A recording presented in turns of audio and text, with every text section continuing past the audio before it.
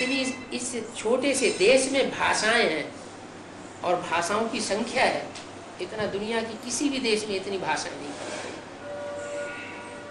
एक भारत देश ही है जहां सब तरह की भाषाएं पनप रही है। जितने राज्य उतनी भाषाएं, और भाषाओं को लेकर के आपस में झगड़ा भी बहुत हो रही है।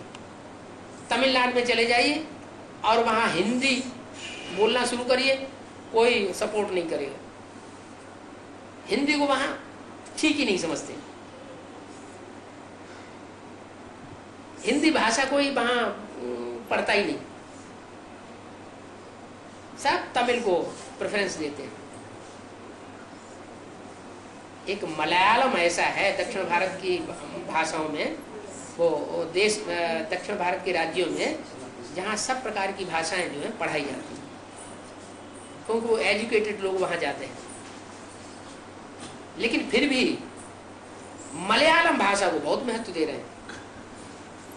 हिंदी भाषा को वहाँ भी मलयालम केरल में भी उतना महत्व नहीं है, क्योंकि उनकी बुद्धि में ही नहीं है कि भगवान जब इस सृष्टि पर आता है तो हिंदी भाषा में बोलता है या मलयालम में बोलता है या कन्नड़ में बोलता है या तमिल भाषा में बोलता है।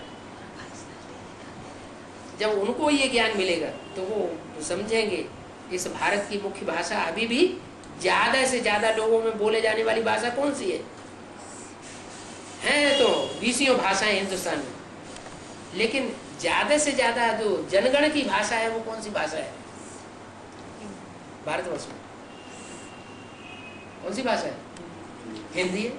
तो जो हिंदी भाषा है, जन जन की भाषा है, उसी में आकर के भगवान बोलेगा ना।